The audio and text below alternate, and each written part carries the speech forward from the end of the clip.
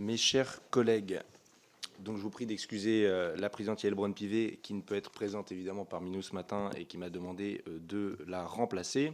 Lors de la réunion du 20 octobre 2022, donc notre comité d'évaluation et de contrôle des politiques publiques a inscrit à son programme de travail une évaluation de l'adaptation des logements aux transitions démographiques et environnementales à la demande du groupe Renaissance.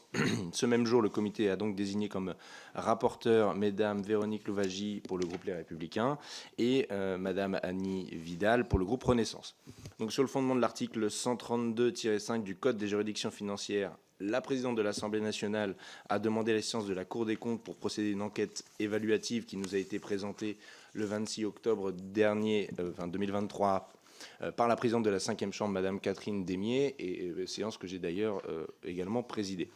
Mesdames les rapporteurs, en vous appuyant sur l'étude de la Cour des comptes, vous avez aussi mené vos propres auditions, évidemment, et vous nous présentez aujourd'hui vos conclusions et propositions. Et donc, je vous laisse la parole tout de suite. Merci, Monsieur le Président. Chers collègues, bienvenue dans cette enceinte pour écouter les conclusions de nos travaux. Nous avons donc décidé de lancer une mission d'information sur les politiques publiques d'aide à la rénovation énergétique des logements et d'adaptation des logements à la perte d'autonomie. Ces deux sujets n'ont en apparence rien à voir, mais depuis cette année, ils sont soutenus par deux dispositifs symétriques. MaPrimeRénov' pour la rénovation énergétique et MaPrimeAdapt' pour l'adaptation des logements. Ces deux dispositifs dépendent de la même agence, l'Agence nationale de l'habitat, l'ANA, et ils fonctionnent un peu de la même façon. En fait, MaPrimeAdapt' a été conçu en 2024 sur le modèle de MaPrimeRénov', qui existe depuis plusieurs années, et nous avons pensé qu'il fallait tirer les enseignements des points positifs et des difficultés de MaPrimeRénov' pour que MaPrimeAdapt' soit un véritable succès. Malgré la similitude d'appellation des deux aides, les deux aides sont très différentes.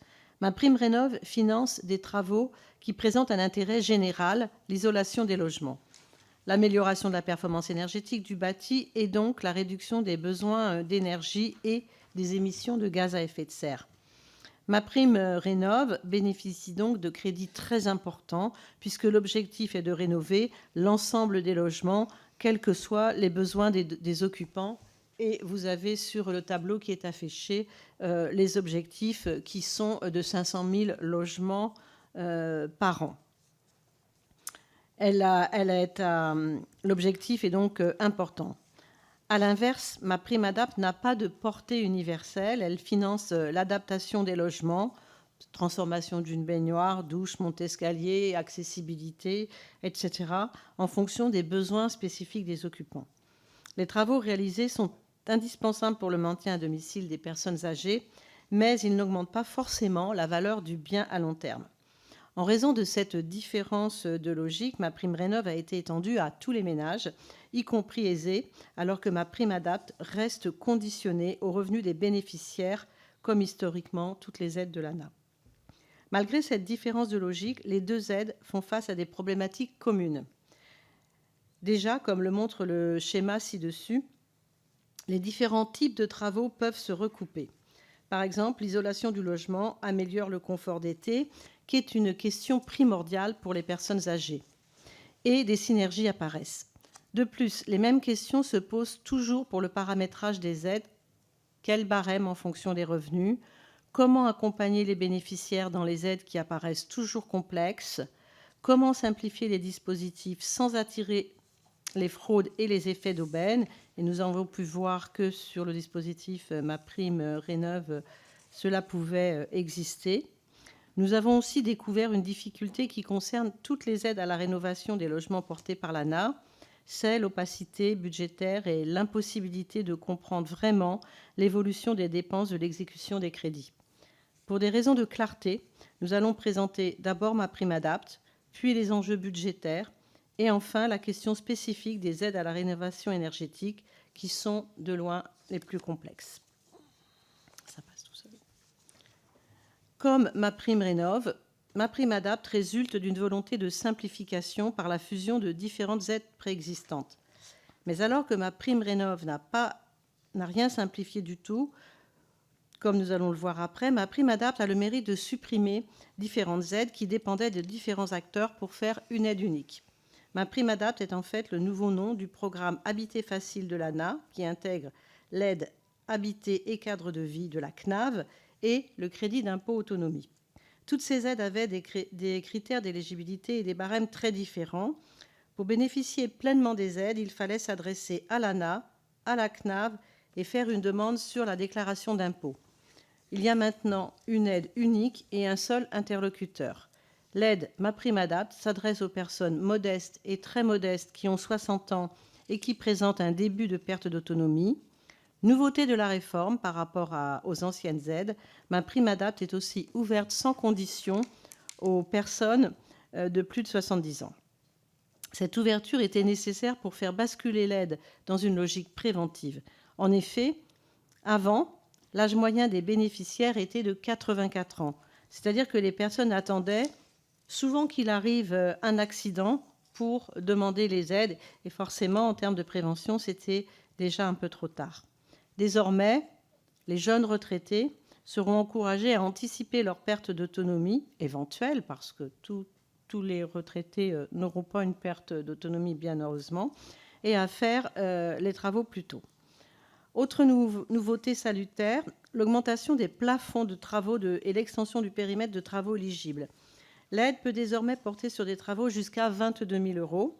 Elle couvre des domaines qui auparavant n'étaient pas subventionnés, comme la domotique, qui est un axe important pour permettre aux personnes de rester chez elles comme elles le souhaitent. En fait, dans l'ancien système, seule une liste limitative de travaux était prise en compte. Maintenant, les ménages seront accompagnés par un accompagnateur, c'est une obligation, qui pourra décider d'inclure tous les travaux qu'il juge pertinents. Nous pensons en revanche que MaPrimeAdapt n'est pas allé au bout de l'ambition affichée d'un guichet unique. Il faut donc favoriser les rénovations d'ensemble, c'est-à-dire les rénovations qui couvrent à la fois adaptation des logements et rénovation énergétique.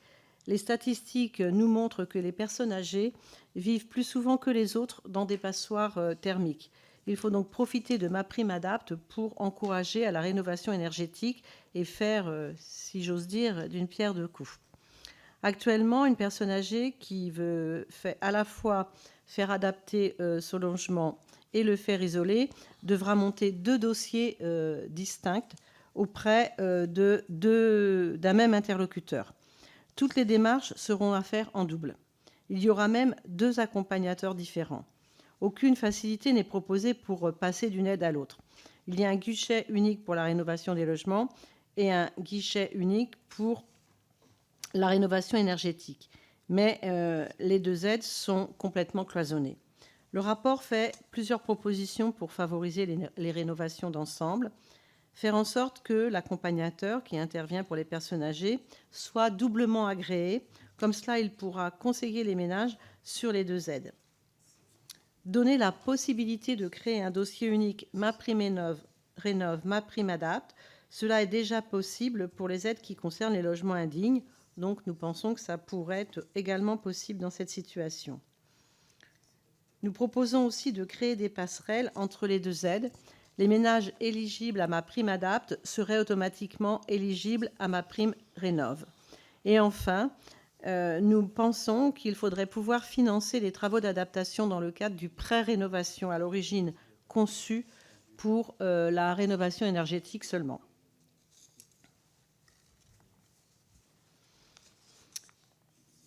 MaPrimeAdapt a été créé dans un contexte de vieillissement de la population et d'augmentation prévisible du nombre de personnes en perte d'autonomie. En 2030, il y aura 2 200 000 personnes âgées dépendantes. Elles sont aujourd'hui 1,5 million. En 2050, il y en aura 3 millions. Donc nous voyons bien les enjeux autour du vieillissement de la population et vous avez affiché à la fois l'évolution des personnes âgées dépendantes par rapport au nombre de personnes âgées totales sur la gauche et les objectifs d'adaptation des logements. Et nous voyons qu'il y a une vraie progression de nos objectifs de 2023 à 2027. Nous savons également que le nombre d'établissements spécialisés ne pourra pas croître dans les mêmes proportions que le nombre de personnes âgées dépendantes. Et par ailleurs, 85% des personnes âgées indiquent qu'elles veulent vieillir chez elles. Ce choix doit être respecté. C'est un devoir, à mon sens, que nous avons envers les personnes âgées de faire en sorte qu'elles puissent continuer à vivre comme elles le souhaitent. MaPrimeAdapt prévoit donc une montée en charge progressive, 5 000 logements adaptés de plus tous les ans. D'ici 2032, cela devrait faire 700 000 logements adaptés dans le cadre de cette aide. Nous espérons que cette trajectoire ambitieuse sera respectée. Comme pour les aides à la rénovation énergétique, nous attirons toutefois l'attention sur le fait qu'il ne faut pas confondre objectifs et résultats. En 2023, il y aurait dû avoir 40 000 logements adaptés avec les anciennes aides, mais en réalité, il n'y en a eu que 33 000. Nous verrons l'année prochaine, mais l'objectif de 45 000 logements adaptés en 2024 est sans doute un peu surestimé, même si cette aide est plus attractive. Tout en poursuivant l'ambition portée par MaPrimeAdapt, il faudrait aussi ne pas faire l'erreur de penser que l'adaptation des logements sera systématiquement la solution. Il faut garder à l'esprit que les travaux d'adaptation des logements n'ont pas un intérêt aussi universel que les travaux de rénovation énergétique. Quand l'occupant change l'isolation du logement, c'est toujours utile. Ce n'est pas toujours le cas des adaptations réalisées pour les besoins spécifiques et évolutifs d'une personne dépendante. Nous pensons donc que l'accompagnateur devrait avant toute chose évaluer le potentiel d'adaptation du logement au regard de la situation de son occupant. Faut-il financer l'adaptation d'un logement inadaptable ? Quand une personne âgée habite au dernier étage sans ascenseur et que son autonomie se dégrade, peut-être qu'il est préférable de l'orienter vers un parcours résidentiel et l'accompagnateur devrait l'aider dans ses démarches. Il n'est pas forcément raisonnable d'encourager l'adaptation des logements quand on sait que le maintien à domicile ne sera pas possible longtemps. Il faudrait donc compléter MaPrimeAdapt, qui porte sur le maintien à domicile, par un renforcement des solutions alternatives qui existent, et cela ne veut pas forcément dire le placement en établissement. Le logement inclusif, qui a fait l'objet de travaux récents et qui commence tout juste à se développer, est une solution très prometteuse qui permet aux personnes âgées de continuer à avoir un chez-soi qui n'est pas forcément le chez-soi historique. Alors, je vais aborder maintenant un point un petit peu plus délicat, qui est le point du manque de transparence budgétaire de l'ANA, qui empêche de suivre toutes les dépenses des aides qui sont portées par l'ANA, à commencer par MaPrimeAdapt et par MaPrimeRénov'. Lors des auditions, je dois dire que nous avons eu beaucoup de difficultés à trouver des éléments chiffrés. Alors, je vais vous expliquer comment ça fonctionne pour que vous puissiez apprécier cette problématique. L'ANA est principalement financée à partir d'une subvention qui est issue du programme 135. Mais cette subvention est une subvention globale dite d'équilibre qui peut couvrir toutes les dépenses de l'ANA. Au moment du vote de cette subvention, les parlementaires ne savent pas comment elle sera utilisée, puisque c'est une subvention globale. La ventilation des crédits entre les aides est inscrite dans le budget interne de l'ANA, qui est voté, lui, tous les ans, puis modifié en cours d'année. Ce budget n'est pas public. Par conséquent, on ne peut pas savoir quel est le montant prévisionnel de MaPrimeAdapt et de MaPrimeRénov', ni quels sont les montants exécutés sur les exercices précédents. Les informations contenues dans les documents budgétaires et dans les annonces gouvernementales sont partielles, voire incohérentes. Même les spécialistes ne s'y retrouvent pas, et nous en avons entendu un certain nombre. Ainsi, la Cour des comptes écrit, dans le rapport que nous lui avons commandé, l'exposé des motifs du PLF pour 2024 fait mention du dispositif MaPrimeAdapt, mais reste muet sur les évolutions budgétaires afférentes. En fait, les crédits de MaPrimeAdapt sont noyés dans la subvention du programme 135, qui n'est pas fléchée. Les documents budgétaires, alors vous avez des documents budgétaires que nous avons affichés, peut-être que ça n'est pas facile à lire, mais on vous donnera, pour ceux qui le souhaitent, plus d'éléments. Donc, je reprends. Les documents budgétaires affirment que 67 millions d'euros de cette subvention, qui s'élève au total à 1 milliard, seront consacrés à MaPrimeAdapt, ce qui semble très faible. En fait, le budget de MaPrimeAdapt est de 263 millions d'euros. Alors, vous allez me dire comment est-ce possible. L'ANA dispose de plusieurs ressources propres, comme le montre le tableau de gauche. Elle dispose aussi d'une trésorerie très importante d'environ 1 milliard d'euros. Et elle établit son propre budget, donc qui n'est pas très transparent. Les choses sont encore plus compliquées pour la rénovation énergétique, puisqu'une partie des aides est financée par le budget fongible de l'ANA, financé principalement par la subvention du programme 135, et une partie des aides est financée par une subvention fléchée du programme 174. Je vous ai peut-être perdu, mais en tout cas, si je vous ai perdu, ça démontre la complexité de s'y retrouver dans ces différentes articulations budgétaires. À l'automne dernier, et de nouveau au printemps, 1 milliard d'euros de crédits dédiés à l'ANA ont été annulés. La dernière annulation de crédit en février portait à la fois sur le programme 135 et sur le programme 174. Il est impossible de savoir dans quelle mesure ces annulations de crédit seront répercutées sur les aides à la rénovation énergétique. Entendue en audition, l'ANA nous a dit qu'elle n'était pas à 1 milliard près. Elle a de la chance. En réalité, ces annulations de crédit traduisent une sous-exécution des budgets. Tous les ans, l'ANA surévalue ses dépenses prévisionnelles en faisant comme si les aides allaient être activées au maximum. Et ça, on ne peut que le louer, puisqu'effectivement, nous avons des objectifs et nous souhaitons les atteindre. De ce fait, elle accumule de la trésorerie. Cela signifie donc que les dotations votées tous les ans par le Parlement ne correspondent pas forcément à des dépenses réelles, mais à des objectifs de dépenses et qui sont parfois déconnectés de la réalité, d'où les annulations de crédits en cours d'exercice. Et c'est bien logique parce que nous avons des objectifs, mais après, il faut que les dossiers se fassent, que les aides soient sollicitées. Et il y a donc forcément un écart entre nos objectifs et la réalisation des dossiers. En audition, nous avons demandé à la directrice générale de l'ANA de nous communiquer son budget. Elle n'a pas souhaité le faire. Nous n'avons pas bien compris ce manque de transparence au regard des enjeux budgétaires très importants. Et ma collègue Véronique Louwagie, qui fait partie de la commission des finances, s'est penchée très sérieusement sur ces questions qui l'ont également interpellée. Et finalement, nous avons obtenu le budget grâce à l'une des 3 autorités de tutelle qui sont impliquées dans ces dossiers. Notre rapport est donc probablement le premier à informer les citoyens de manière aussi précise sur les crédits des aides à la rénovation des logements. Nous faisons donc la proposition que le budget de l'ANA soit systématiquement publié et que ce qu'on appelle le jaune budgétaire détaille précisément l'évolution du budget de chaque aide et l'exécution sur l'exercice passé. J'en ai fini de cette première partie de présentation. Je vais désormais laisser la parole à ma collègue pour aborder la question des rénovations énergétiques. En premier lieu, saluer Monsieur le Président, saluer ma collègue également et saluer mes collègues députés ici présents. Effectivement, je vais poursuivre en faisant le lien avec le manque de transparence que vient d'évoquer Annie Vidal, puisque ce manque de transparence budgétaire, finalement, il se double en ce qui concerne la rénovation énergétique d'une très grande complexité de l'architecture juridique et administrative. Nous avons l'habitude de parler de ma prime Rénov', qui est connue de tous, mais en fait, personne ne sait exactement à quoi correspond cette aide.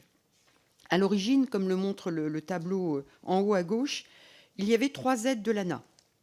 Habiter mieux sérénité pour la rénovation globale, Habiter mieux agilité pour l'aide à la rénovation par geste, et enfin Habiter mieux copropriété. À cela s'ajoutait un crédit d'impôt destiné aux ménages plus aisés, puisque les aides de l'ANA sont réservées aux ménages modestes. En 2020, Habiter mieux agilité et le crédit d'impôt ont fusionné dans une aide appelée ma prime Rénov', mais dont le nom officiel est la prime de transition énergétique. Sauf que cette aide créée en 2020, ma prime Rénov', n'avait rien à voir avec l'ancienne aide de l'ANA qu'elle remplace. Il ne s'agissait plus d'une aide de l'ANA au sens strict, comme on peut l'entendre, c'est-à-dire d'une aide à la pierre définie par une délibération de l'ANA et dont la gestion se fait au niveau local, mais d'une aide créée par décret et dont la gestion se fait au niveau national. C'est un changement qui n'est pas anodin. Du même coup, cette aide n'était plus financée par le budget classique de l'ANA, mais par une subvention ad hoc du programme 174, dont vient de parler ma collègue Annie Vidal, qui transite par le budget de l'ANA, mais qui n'est pas modifiable ni fongible. Entre 2020 et 2023, la répartition entre l'aide nationale et les aides à la pierre était à peu près claire. Les aides à la pierre s'occupent de la rénovation globale pour les ménages modestes. L'aide nationale, quant à elle, s'occupe de l'aide par geste sans condition de revenu. Sauf qu'entre-temps, les critères de l'aide nationale se sont rapprochés de ceux des aides à la pierre, avec la création d'un forfait rénovation globale, offrant une meilleure différenciation de l'aide selon les revenus. Tandis que les aides à la pierre, quant à elles, ont été renommées sur le modèle de l'aide nationale. Ainsi, Habiter mieux Sérénité est devenu MPR Sérénité. Habiter mieux Copropriété est devenu MPR Copropriété. En 2024, les documents de l'ANA font comme s'il y avait une aide unique qui se décline en 2 parcours. Un parcours accompagné pour la rénovation globale et un parcours par geste. Mais en fait, l'ancienne architecture a été conservée et le parcours accompagné, qui n'a pas d'existence juridique, renvoie à 3 aides très différentes. La première, MaPrimeRénov' Sérénité, qui est l'aide historique de l'ANA, destinée aux ménages modestes, qui est financée par le programme 135 et régie par une délibération de l'ANA. La seconde, MaPrimeRénov' Rénovation Globale. Il s'agit là d'une déclinaison de l'aide nationale réservée aux ménages intermédiaires et supérieurs, financée par le programme 174 et régie par un décret et un arrêté. La troisième, MaPrimeRénov' Copro. Il s'agit d'une aide à la pierre, mais qui n'est pas soumise à des conditions de revenus et dont les règles sont très spécifiques par rapport au regard des certificats d'économie d'énergie. Vous l'avez compris, enfin j'espère que vous pouvez me suivre. L'unification des aides n'est qu'apparente. Et le fait de tout appeler MaPrimeRénov' ne fait que rajouter finalement de la confusion à la confusion. L'existence d'un double régime d'aide à la pierre, en premier lieu, et d'aide nationale, ensuite, est incompréhensible. Le décret de l'aide nationale a été modifié 7 fois depuis sa création en 2020. 7 fois. Les 3 délibérations de l'ANA sur les aides à la pierre sont modifiées tous les ans, ou même quelquefois plusieurs fois par an.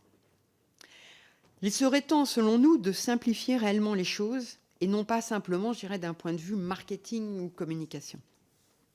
Le rapport que nous vous proposons vous suggère, 1, de mettre toutes les dotations de l'ANA dans le programme budgétaire 135, et ça fait suite, je dirais, aux propos de ma collègue Annie Vidal. Cela permettrait aussi une fongibilité des crédits entre les 2 subventions. C'est la proposition numéro 5. Je relais que c'est d'ailleurs une proposition qui a quelquefois été évoquée lors de l'examen des textes budgétaires, dans le cadre notamment des lois de finances en commission des finances. C'est un propos que j'ai souvent entendu et que j'avais déjà émis comme proposition. Et 2, d'unifier les régimes juridiques des aides à la rénovation énergétique. Le plus simple pour nous serait de rattacher toutes les aides à la rénovation énergétique au décret de 2020. C'est l'objet de la première proposition.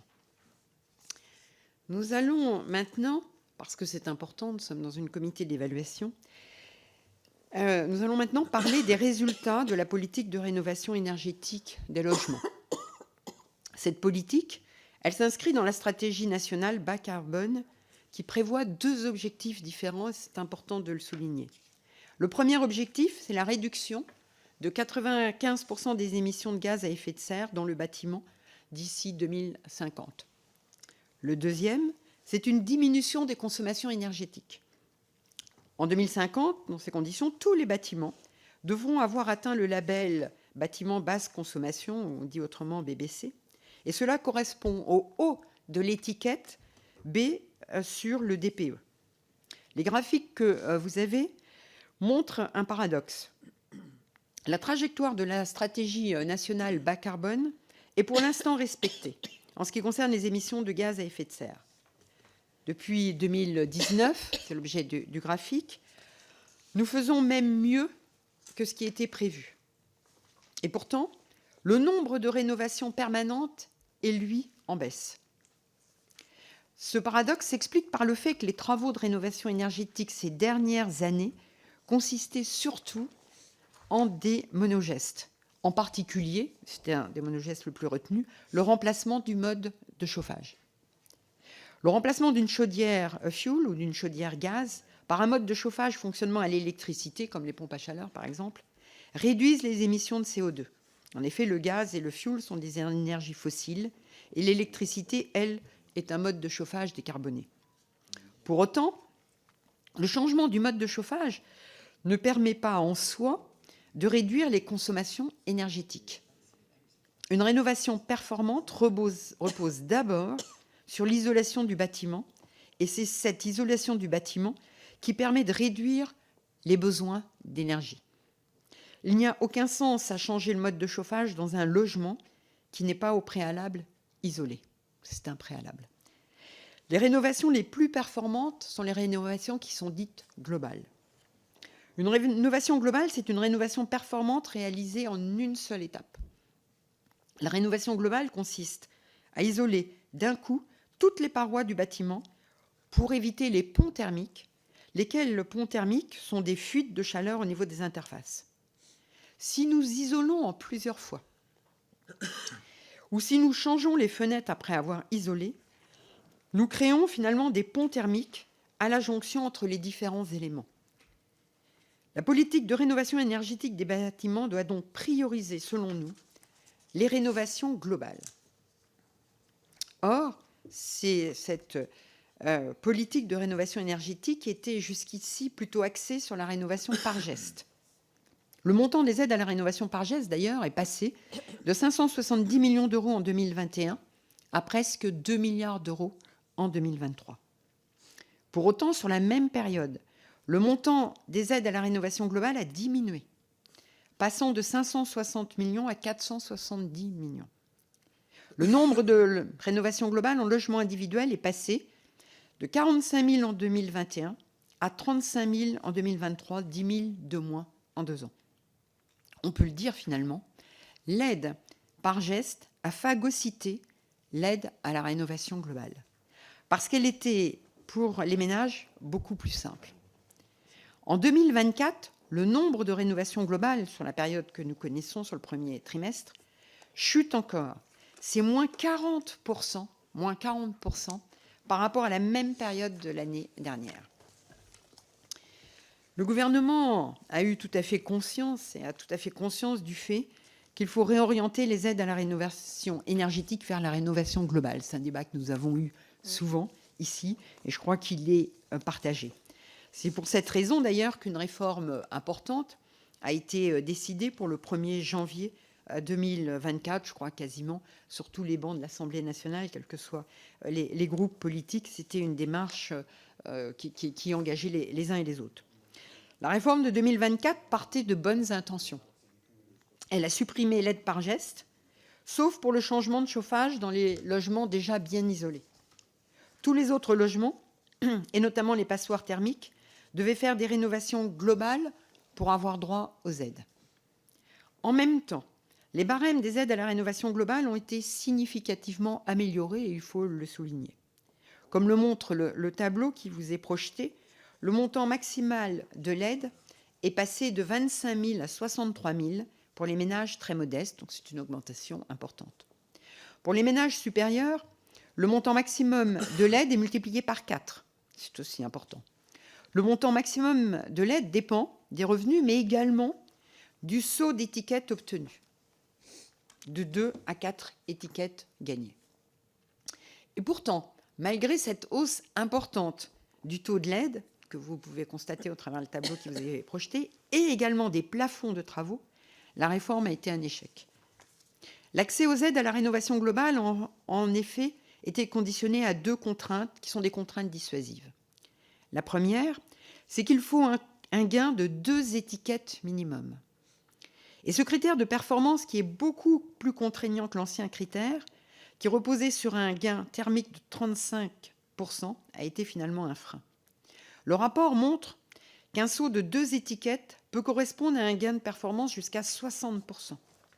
Ce critère de gain d'étiquette introduit des effets de seuil et des inégalités entre les logements selon leur situation de départ, puisque c'est la situation de départ qui va générer finalement le saut. La deuxième contrainte, c'est l'accompagnement obligatoire par un assistant à maîtrise d'ouvrage, dit AMO. Cet accompagnateur représente une dépense importante, qui est estimée à environ 2 000 €. Et cette dépense est remboursée pour les ménages les plus modestes, mais sans aucune garantie. La prestation de cet assistant à maîtrise d'ouvrage n'est remboursée qu'au moment où le ménage engage les travaux. Donc, si l'assistant à maîtrise d'ouvrage conclut que le logement ne sera pas éligible aux aides, ce qui est une possibilité, sauf à réaliser des travaux excessivement coûteux, les ménages auront déboursé, auront payé l'AMO pour rien finalement, puisqu'il n'y aura pas de suite, et ne pourront même pas se faire rembourser. Face à la chute de 40% du nombre de dossiers d'aide au premier trimestre 2024, qui est une chute très importante, le gouvernement s'est rendu compte de cette situation et très vite a dû revenir sur les restrictions à l'aide par geste. C'est la raison pour laquelle, jusqu'à la fin de l'année, l'aide par geste redevient accessible aux passoires thermiques, y compris pour des travaux autres que le changement de chauffage. C'est un retour un petit peu en arrière. La réforme de 2024 a donc eu exactement le résultat inverse de celui qui était recherché. Le parcours accompagné a fait fuir les ménages vers la rénovation par geste qui a été rétablie dans l'urgence. L'épisode de la réforme de 2024, suspendu 3 mois simplement, après son entrée en vigueur, montre que la lisibilité et la simplicité des aides sont des facteurs clés de leur succès. Nous proposons donc une réforme réaliste des critères d'éligibilité aux aides à la rénovation globale. Il faut, selon nous, d'abord sortir de la logique de l'étiquette pour entrer enfin dans la logique des travaux concrètement réalisables. La logique de l'étiquette peut conduire à soutenir des projets incohérents. Par exemple, l'aide est accordée dès lors que l'on gagne 2 étiquettes, peu importe les travaux, la nature des travaux qui sont réalisés ou engagés. Par exemple, nous pouvons isoler la moitié des façades et être éligibles à l'aide si cela représente un gain de 2 étiquettes. À l'inverse, nous pouvons réaliser un bouquet de travaux cohérent, mais ne pas être éligible à l'aide si le potentiel énergétique du bâtiment est intrinsèquement limité par son époque de construction ou son exposition. Nous proposons donc, ce sont les propositions 12 et 19, d'accorder l'aide dès lors que le projet de travaux prévoit en une étape d'abord l'isolation complète des façades et de la toiture et, deuxième étape, le remplacement des fenêtres anciennes et l'installation d'une ventilation mécanique si celle-ci n'existe pas.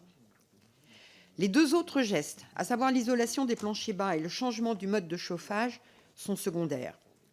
En effet, ces postes de travaux, ces natures de travaux peuvent être réalisés ensuite dans un second temps et de manière indépendante, sans risque de créer des ponts thermiques. Ces gestes pourraient alors être aidés dans le cadre d'une rénovation globale, mais sans être obligatoires. Cette réforme serait particulièrement utile dans le cadre des copropriétés où il y a un vrai sujet. L'aide actuelle, MaPrimeRénov'-Copro, est conditionnée à un gain thermique de 35%. Or, les rénovations globales en copropriété sont complexes, sont également longues d'ailleurs par la complexité, à cause notamment, et entre autres, mais il n'y a pas que cela, de la distinction entre les parties communes et les parties privatives. Dans une copropriété et en chauffage individuel, par exemple, l'atteinte d'un gain de 35% est en fait très très difficile. De même, le changement des systèmes de ventilation individuels. Toutes ces contraintes disparaissent si l'aide est centrée uniquement sur l'isolation des parties communes, ce qui serait déjà une avancée importante. Le deuxième point à changer est l'accompagnement obligatoire. Actuellement, il est impossible d'accéder à l'aide sans accompagnateur, même s'il a déjà été réalisé un audit énergétique et des devis. Il faut que les bénéficiaires, selon nous, aient la possibilité de déposer directement un dossier s'ils ont ces documents, c'est-à-dire s'ils ont déjà un audit énergétique et des devis. L'intérêt même de l'accompagnateur semble limité, surtout au regard de ce coût, je rappelle, environ 2 000 euros. L'AMO n'a pas de réelle plus-value. Il n'intervient pas durant les travaux, contrairement à un maître d'œuvre après, et son rôle est essentiellement d'expliquer aux ménages le fonctionnement des aides. L'existence même d'un AMO obligatoire est l'aveu que les aides sont excessivement complexes. C'est la raison pour laquelle nous appelons un dispositif à une simplicité plus importante. On ne devrait pas avoir besoin de payer un professionnel pour les comprendre.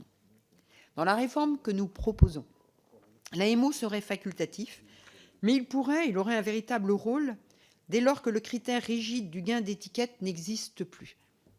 L'AMO aurait pour mission de vérifier la cohérence du projet de travaux, de s'assurer que toutes les parois sont isolées, sans pont thermique, de déterminer quelles fenêtres, par exemple, doivent être remplacées et si le système de ventilation existant doit être remplacé. Et pour nous, ce serait une véritable plus-value à apporter aux personnes qui veulent s'engager dans une rénovation.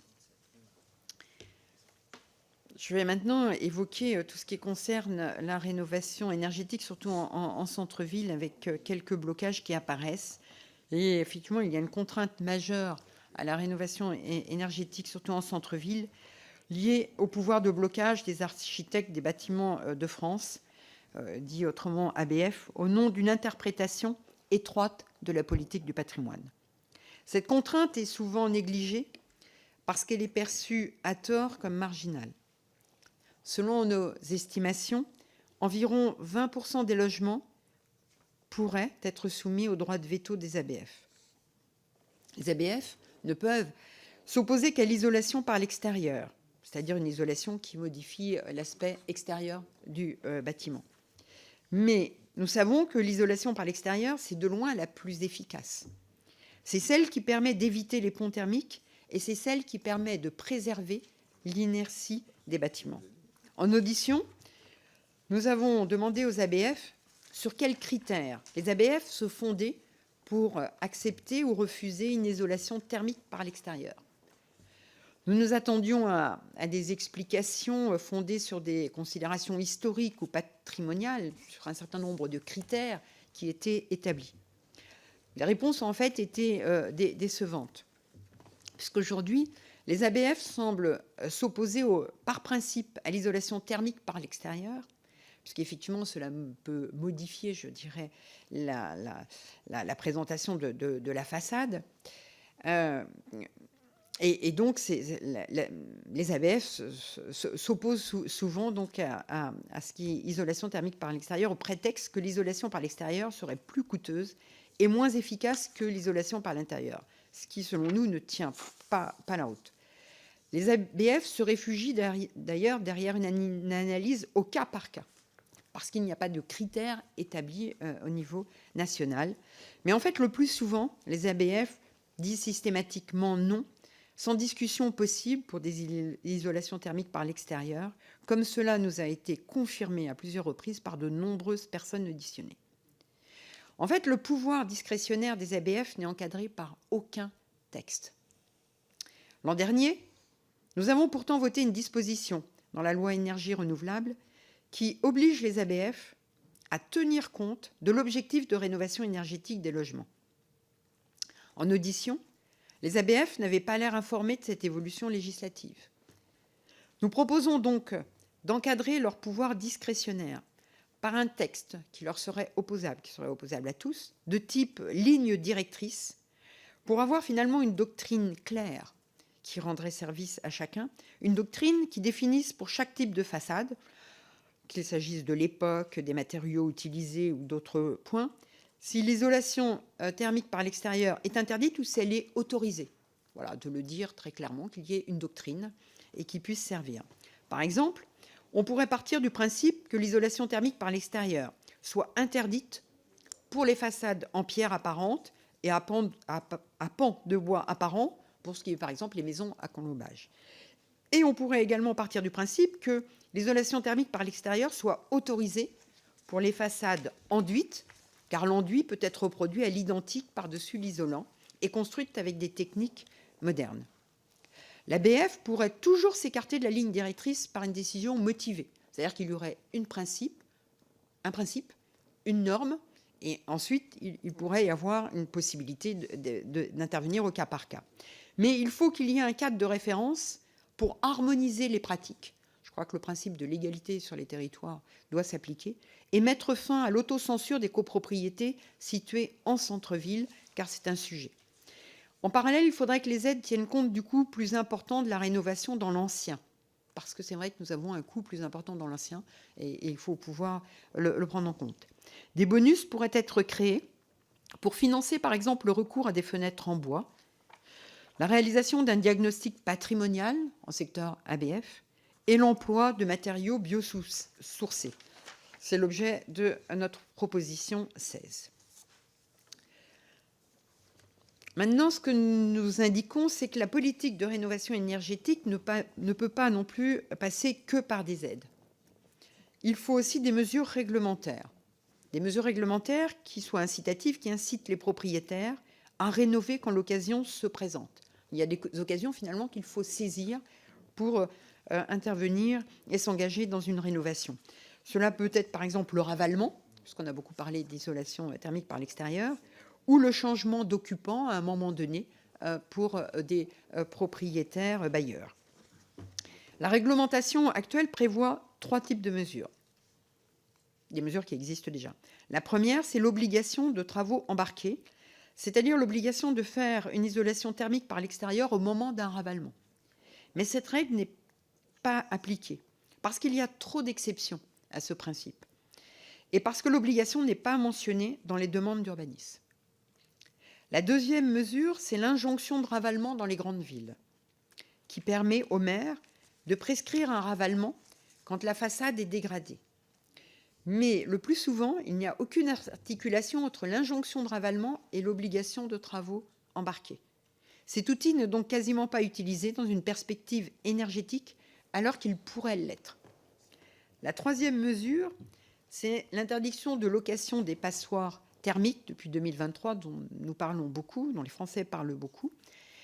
En fait, il s'agit plutôt d'une obligation d'effectuer des travaux de mise en conformité énergétique plutôt qu'une interdiction de location. Mais la réglementation sur l'indécence énergétique est très, très confuse. Les obligations respectives des propriétaires et des locataires ne sont pas claires, et vous verrez dans notre rapport, nous le détaillons bien.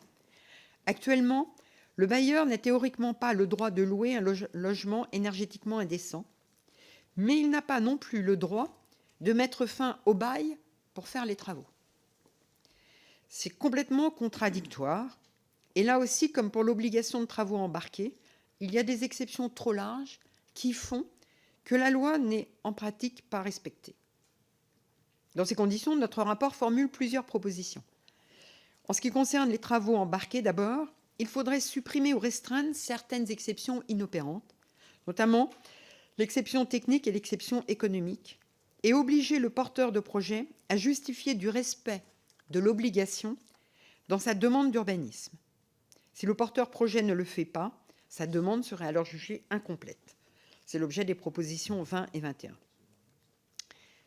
En ce qui concerne ensuite l'injonction de ravalement, la façon dont cet outil est utilisé pourrait évoluer. Les maires, par exemple, pourraient le mettre au service de leur politique d'urbanisme.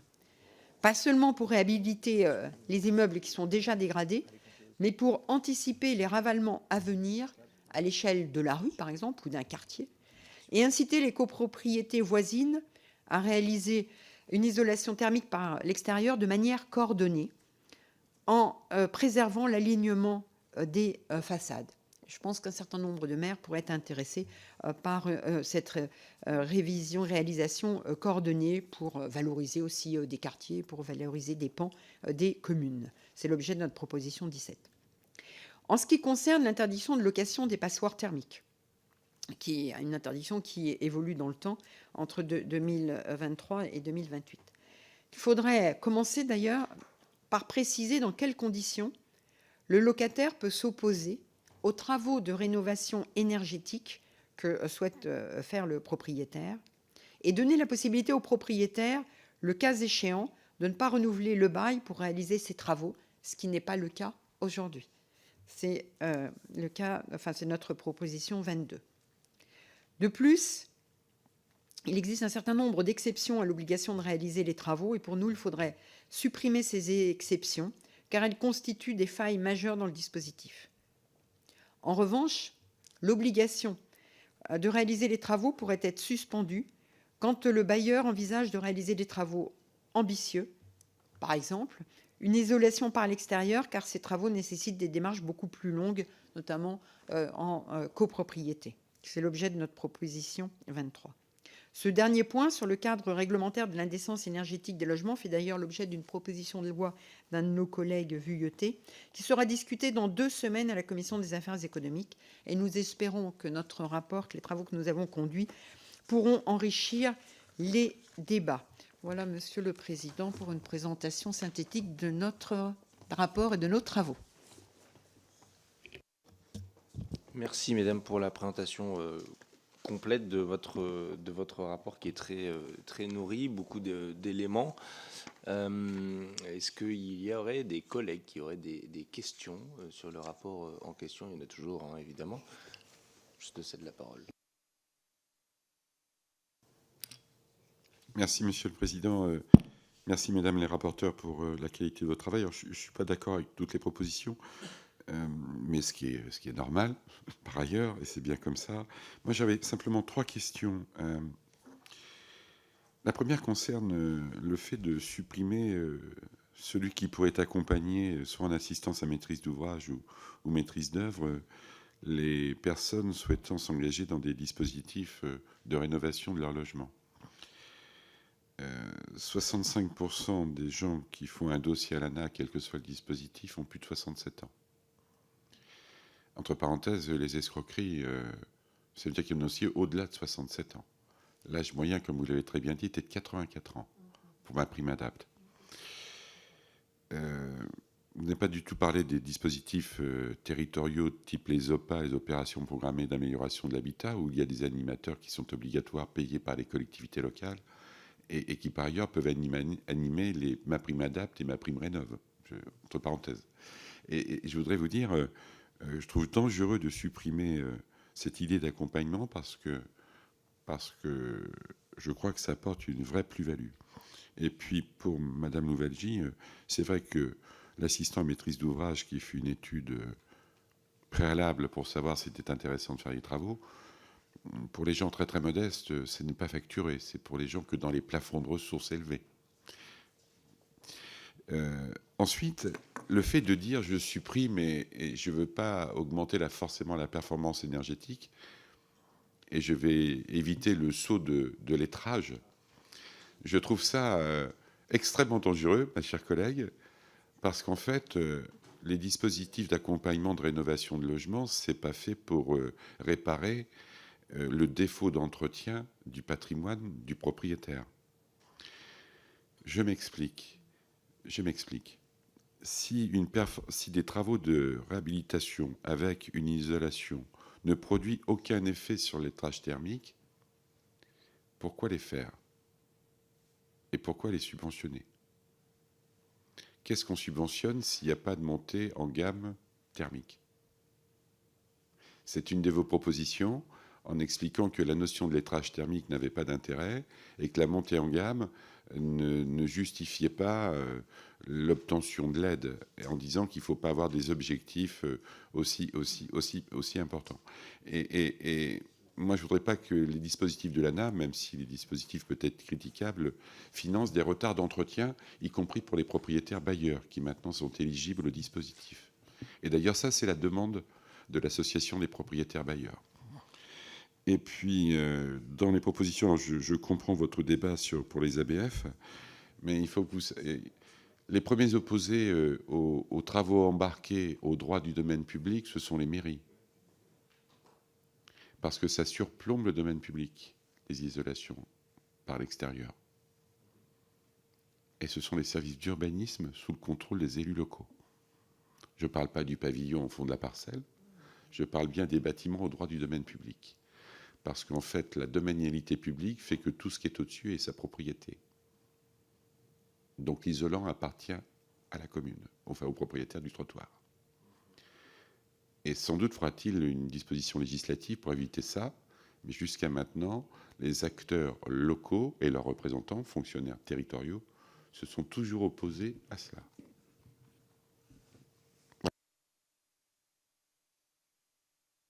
Peut-être pour la clarté des échanges, je vous propose de répondre tout de suite au collègue Jolivet. Et s'il y a d'autres questions ensuite, je préfère présider de la sorte, ça me semble plus clair.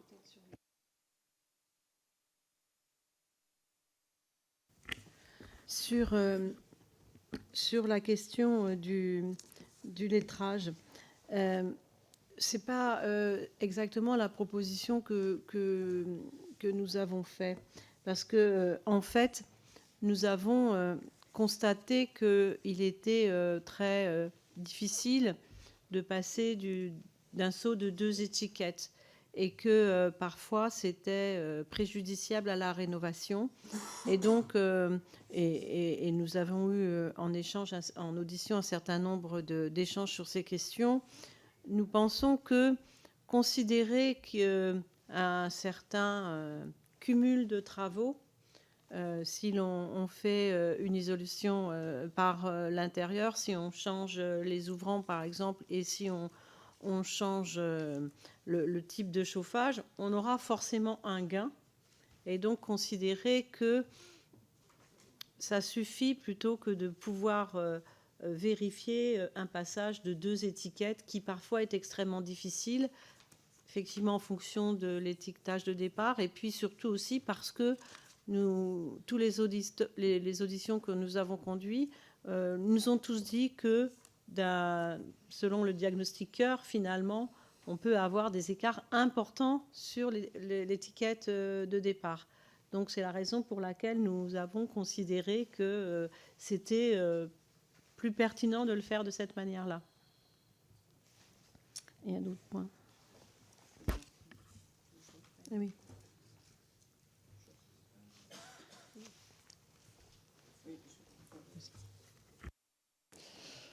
Oui, beaucoup de questions. Monsieur Jolivet, on connaît, je dirais, votre compétence et votre intérêt pour tout ce qui concerne le logement, et je vous reconnais au travers ces questions. Juste compléter effectivement ce que disait ma collègue Annie Vidal et j'entends votre observation, mais l'idée, ça n'est pas de financer les travaux d'entretien, on est bien d'accord, je pense qu'il ne faut pas confondre, mais c'est financer, je dirais, des travaux qui sont cohérents et qui répondent finalement à cet objectif fondé sur l'isolation, parce que je pense qu'on est tous d'accord que c'est l'isolation en premier lieu qui participe à la rénovation globale et qui aide à répondre aux objectifs. Et je vais vous donner juste un exemple qui permet d'étayer, je dirais, notre proposition. Un logement aujourd'hui qui a une consommation de 421 kWh par mètre carré et par an devrait, en fonction des exigences aujourd'hui de saut d'étiquette, réduire sa consommation de 91 kWh par mètre carré et par an pour être éligible aux aides. Alors qu'un même logement qui a une consommation de 420 kWh par mètre carré, c'est-à-dire quasiment le même que les 421, un petit peu, et par an, devra réduire sa consommation de 170 kWh par mètre carré. Vous voyez, donc on a un écart d'un côté 91 pour avoir accès aux aides et l'autre côté 170 kWh. Voilà. Et alors, on a quasiment un saut réel de 3 étiquettes pour certains. C'est pour ça qu'on est plus basé sur des travaux cohérents, quoi. Voilà, pour répondre à ce point. Un deuxième point où vous évoquiez et je vais revenir sur votre premier point, où vous n'êtes pas favorable à supprimer l'accompagnement. Nous, c'est de rendre cet accompagnement facultatif et de faire en sorte que finalement il y ait aussi un guide des personnes. Aujourd'hui, ça existe. D'ailleurs, je pense que dans vos permanences, c'est un certain nombre de personnes qui viennent vous voir, comme moi aussi, par rapport au dispositif Ma Prime Rénov'. Mais l'idée, c'est de considérer que On a des espaces conseils aujourd'hui, des espaces conseil France, des espaces dans les maisons France Service, etc., qui participent à cet accompagnement, à cette aide, à ce guide. Et l'idée, c'est que cette mission d'accompagnement soit réalisée par ces structures sans que les ménages aient à débourser les 2000 euros. Et qu'après, éventuellement, il y a un accompagnement pour les personnes, pour les guider. Mais déjà qu'on ait un accompagnement qui soit réalisé par les services publics comme tel. C'est un petit peu notre proposition. Sur le point droit de surplomb que vous évoquiez, je suis un peu d'accord, on est d'accord avec ce que vous dites, mais nous, ce qu'on recommande ici, c'est que le maire, qui est en charge de l'urbanisme, s'approprie finalement le pouvoir d'injonction qui est à sa disposition et qu'il coordonne finalement ce surplomb à l'échelle de la rue. Voilà, l'inciter, parce que je pense que cette démarche elle est plutôt vertueuse pour conserver l'alignement des façades, parce que c'est un sujet quelquefois qui peut être ensuite un facteur qui ne permette pas la réalisation d'un certain nombre de travaux.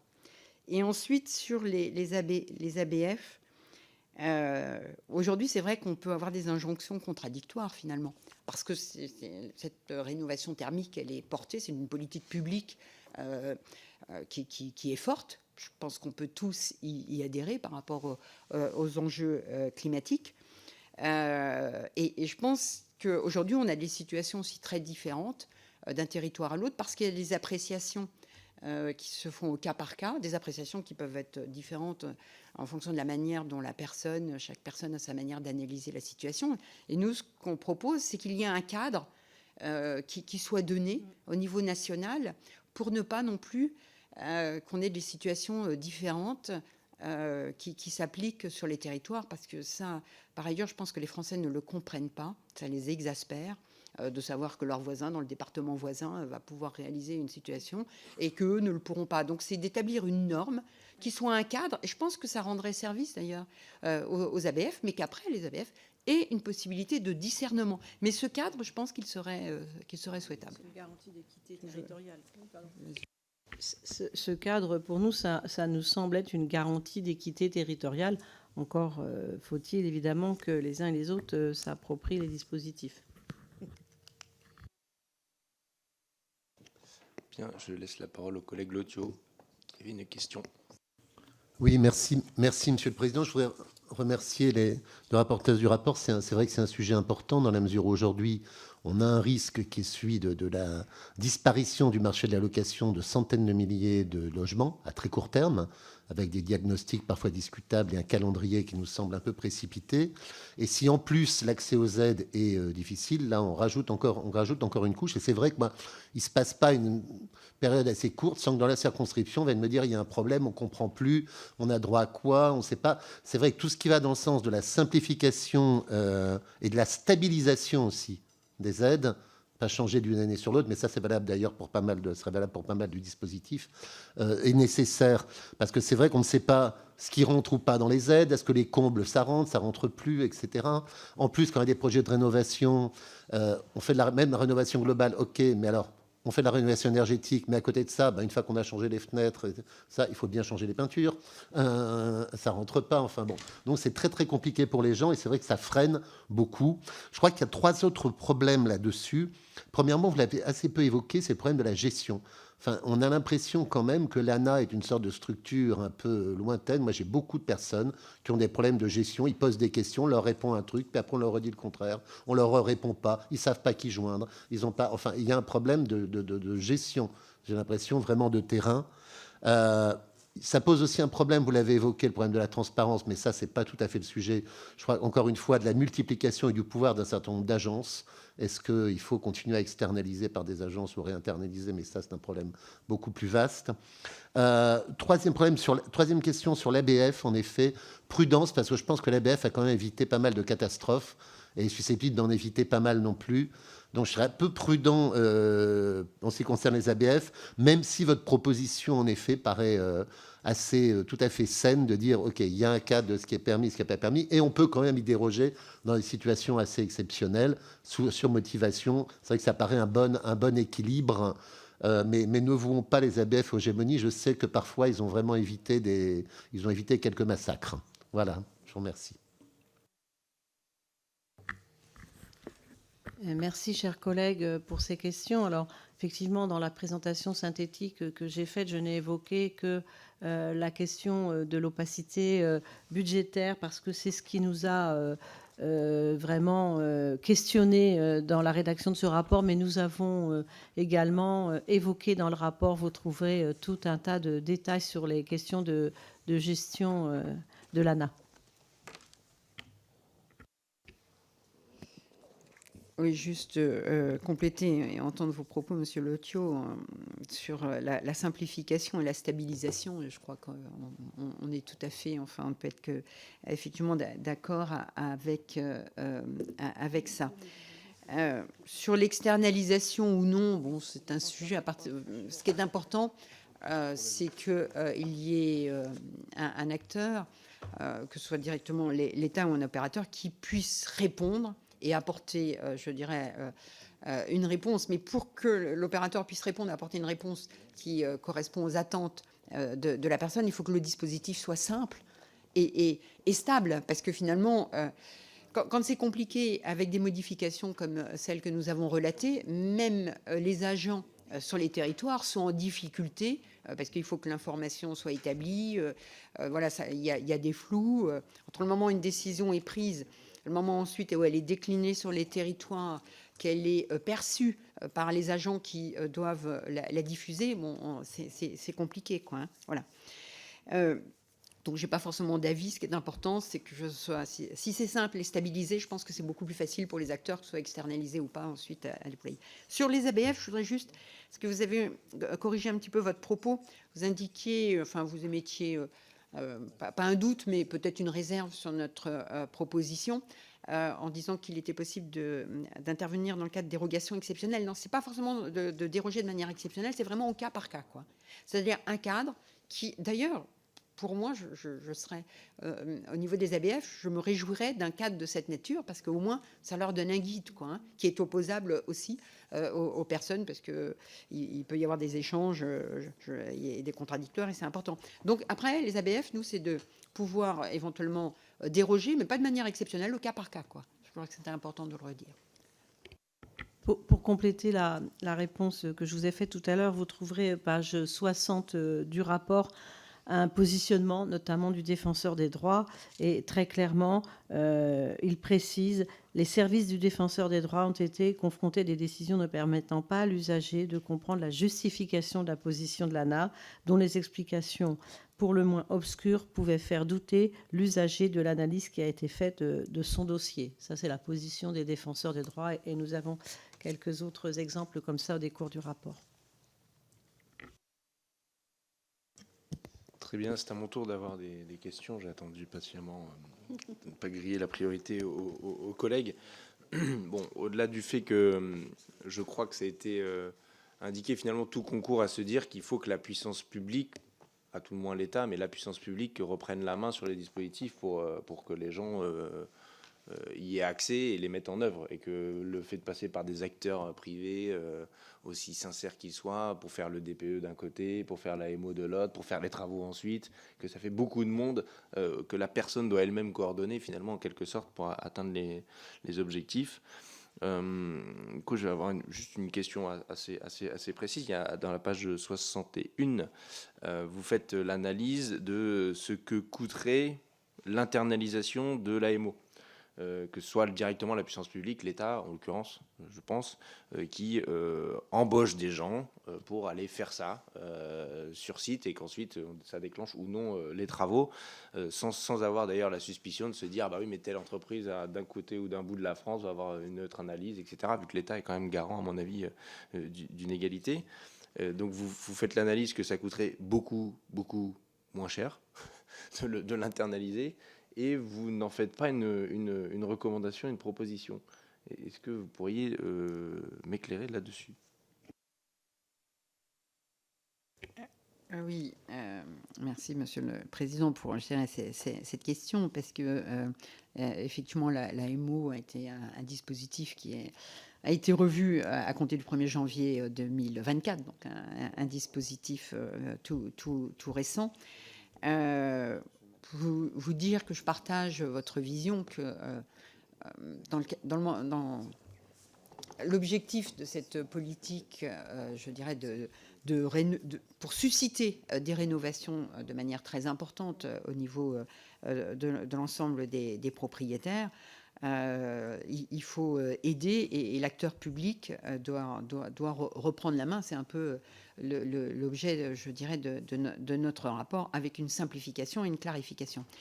Ce que nous disons, en fait, c'est que on souhaite que l'AMO ne soit pas obligatoire, mais qu'en revanche, tous les espaces de conseil-service qui existent, tous les espaces de service public qui aujourd'hui déjà peuvent aiguiller les propriétaires qui veulent faire des travaux, apportent finalement ce service supplémentaire aux personnes qui solliciteraient leur aide.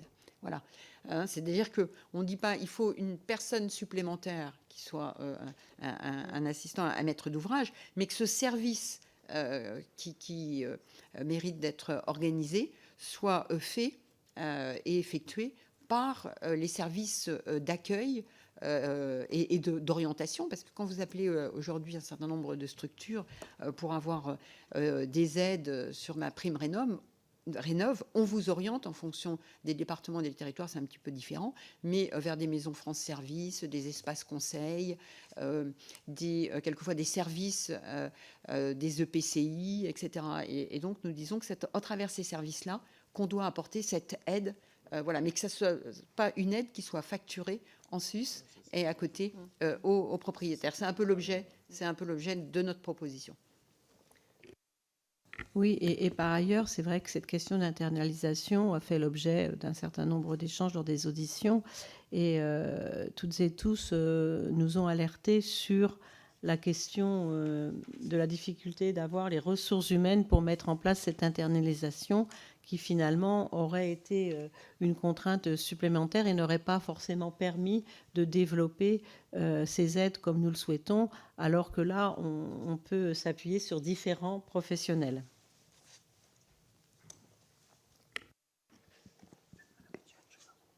Est-ce qu'il y avait une question, Madame Étienne? Je vous Oui. passe la parole. Bon, après tout ce qui a été dit, j'ai pas vraiment une question, juste des réflexions par rapport aux ABF, justement, dans un premier temps. Moi, j'étais adjointe à l'urbanisme dans ma circonscription, et j'ai vu souvent, effectivement, des oppositions des ABF, et où vraiment ça a été problématique, c'est qu'on refusait donc des isolations par l'extérieur dans des cités ouvrières, qui avait donc cette caractéristique d'être cité ouvrière alignée parfaitement avec des signes, comment dire, distinctifs de l'époque, etc., toutes pareilles avec...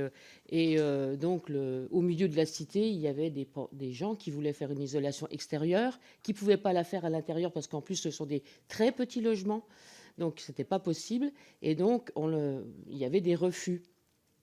Et ça, c'était très, très difficile à faire comprendre aux gens que finalement, ils ne pourraient pas faire des économies de chauffage importantes à cause de ce refus de travaux. Donc, c'est vraiment difficile. Et par ailleurs aussi, on avait quelquefois des autorisations d'ABF. Alors là, je quitte les cités ouvrières, où les ABF imposaient des matériaux très chers pour pouvoir justement être conforme à ce qu'ils demandaient. Donc, on s'en sortait pas, parce que les matériaux très chers font augmenter la facture. Et est-ce que les aides suivent ce montant de travaux supérieur disons à la normale? Et troisième question, et là je ne sais pas si je suis vraiment dans le thème, mais est-ce que vous avez abordé la question des artisans qui profitent de ces aides pour raconter un peu n'importe quoi aux gens chez qui ils vont.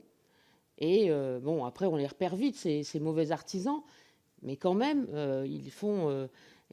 ils font des victimes, puisqu'on parlait justement de l'âge des gens qui ne sont pas forcément au fait de tout ça, et donc qui sont à la merci d'artisans malhonnêtes. Donc voilà.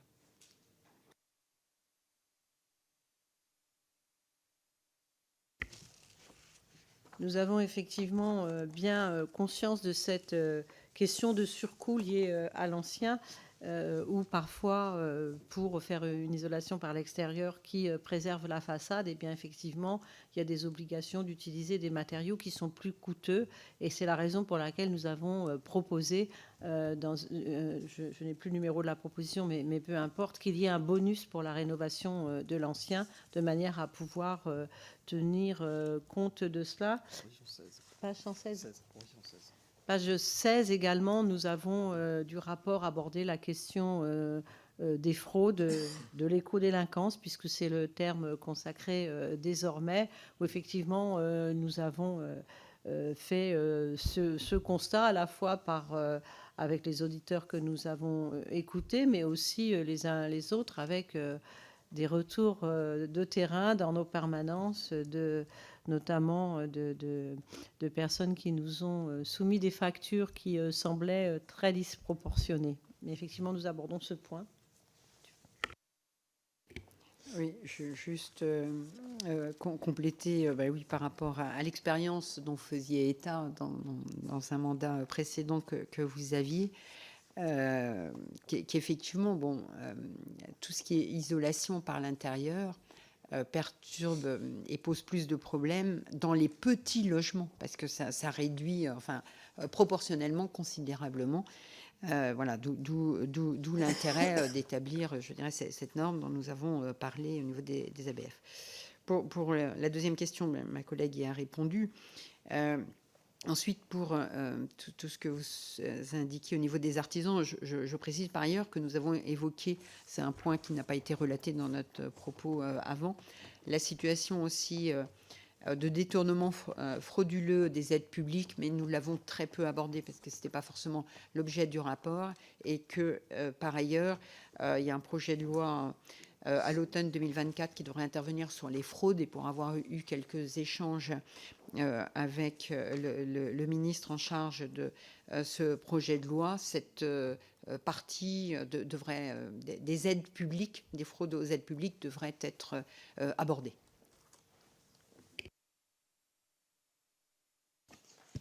Et je vais vous poser une dernière question, parce que finalement, on renonce à l'analyse du DPE avec les différentes étiquettes enfin, la proposition que vous faites, c'est de dire de décorréler, parce qu'on voit bien que gagner 2 étiquettes, c'est trop compliqué, et puis d'un DPE à l'autre, d'une région à l'autre, d'un certificateur à l'autre, on a des disparités. Vous n'avez pas creusé le rapport, parce qu'il faudrait un rapport dédié sur le sujet, mais quel est votre sentiment du coup sur ce diagnostic en tant que tel, en lui-même? Est-ce qu'il faut qu'on le supprime purement et simplement, et on dit on arrête de se prendre la tête là-dessus et on se concentre sur les aides en tant que telles, mais en même temps ça pose d'autres difficultés, puisque quand on met en location ou qu'on vend son logement, il faut bien qu'on ait des éléments. Est-ce qu'il faut le nationaliser, enfin en tout cas le socialiser, le rendre public sur le même modèle que l'assistance à maîtrise d'ouvrage, parce que si on veut avoir un peu plus de fiabilité, c'est comme ça que c'est par là qu'il faut passer. Enfin, voilà, quel est votre sentiment sur parce que je trouve ça un peu dommage de renoncer finalement à une mesure objective des gains d'une politique publique qu'on puisse ensuite justifier. Oui, Monsieur le Président, juste, nous ne préconisons pas de supprimer le DPE. En revanche, ce que nous disons, c'est de faire en sorte que les critères qui sont proposés maintenant pour avoir le droit aux aides, qui sont des critères exprimés en gain d'étiquette, ne soient plus ce critère. Voilà, hein, donc parce que cela, je dirais, en termes de critères de performance, ne nous paraît pas pertinent. Après, c'est vrai qu'il y a eu beaucoup de propos, et on a vu beaucoup de situations un petit peu rocambolesque sur les DPE, son évolution avec des situations où certains immeubles pouvaient avoir des DPE différents suivant l'acteur qui l'établissait. Mais je pense qu'aujourd'hui, c'est une référence, parce que c'est quand même difficile de percevoir la situation énergétique d'un bâtiment. Et que pour nous, le DPE, il est quand même utile, parce qu'il donne... il établit quand même, il donne des indications. Il donne des indications, et notamment dans tout ce qui concerne l'indécence énergétique, parce qu'on a quand même un certain nombre de passoires thermiques. Et je pense que c'est important, notamment si on reste sur une situation de législation avec une interdiction des passoires thermiques. Il y a un certain nombre de conditions qui sont exigées pour les propriétaires pour la location. Il faut qu'il y ait une référence, et le DPE doit en être une. En revanche, je pense qu'il faut le stabiliser. Et puis, il faut aussi effectuer un certain nombre de contrôles sur les organismes qui, je dirais, le délivrent. Après, il y a un grand nombre de situations où ça ne pose pas de problème. Alors, il reste des cas marginaux où peut-être il y a des problèmes. Mais c'est toujours difficile de régir tous les cas marginaux. Voilà, je pense que l'important, c'est le général. Oui, pour préciser vraiment ce que nous disons, et vous trouverez des précisions, page 70 du rapport, c'est que nous considérons, non pas qu'il faille supprimer le DPE, sans doute le retravailler, le stabiliser, mais qu'en tout cas, il ne faut pas faire reposer à la fois la définition de la rénovation performante et les critères d'accessibilité aux aides sur le DPE. C'est plutôt ça. Bien, merci. S'il n'y a plus d'autres questions de collègues, il nous reste à donc vous remercier toutes les deux déjà pour votre contribution et le travail fourni qui, je pense, est utile et sera utile, et je ne doute pas sera présenté au ministre concerné afin qu'il puisse en tirer les conclusions qui nous semblent d'intérêt général. Donc, mes chers collègues, si vous êtes d'accord, nous allons maintenant autoriser la publication de ce rapport. Je vois que personne ne s'y oppose, et donc le rapport pourra ainsi être publié. Et avant de conclure cette séance, je souhaite aussi porter à votre connaissance que le groupe Renaissance nous a informé du désistement de monsieur Charles Sistensoul comme co-rapporteur de l'évaluation relative au logement étudiant, et de son remplacement par monsieur Dominique Da Silva. Et je vous propose de prendre acte évidemment de cette décision. Voilà, je vous remercie de votre attention et je vous souhaite une bonne journée. Vous vouliez dire un petit mot de conclusion, allez-y. Juste un petit mot, merci Monsieur le Président, merci donc de la publication de ce rapport. Je voudrais avoir un petit mot pour remercier l'administrateur qui nous a accompagnés durant tous ces travaux, Guillaume Collet. Vous l'aurez vu à travers notre présentation, ça a demandé un travail fourni, concis, précis, et parfois il a fallu vraiment aller chercher les informations de manière très offensive, parce que nous avons quelquefois du mal à trouver les informations. Donc je voulais le remercier pour cet accompagnement et le travail qu'il nous a aidé à accomplir. Oui, ben moi également m'associer au remerciement de nos collègues pour autoriser la publication de ce rapport, et remercier Guillaume Collet, parce que je crois qu'en ce qui me concerne, en tout cas, j'ai le sentiment presque d'avoir fait un rapport technique, et je n'imaginais pas, et c'est grâce à notre administrateur, acquérir des connaissances aussi techniques en matière de rénovation énergétique. En tout cas, merci, parce que les auditions n'ont pas toujours été très faciles.